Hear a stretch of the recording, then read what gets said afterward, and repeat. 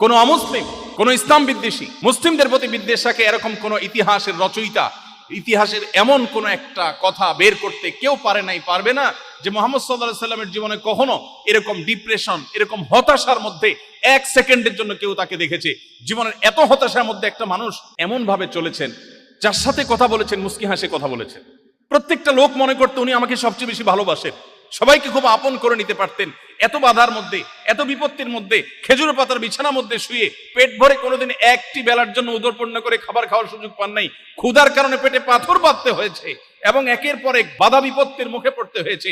গর্তে, গুহায়, হেরা গুহাতে, গারে শহরে পালিয়ে আশ্রয় নিতে হয়েছে, শত্রুর মোকাবেলা করতে হয়েছে।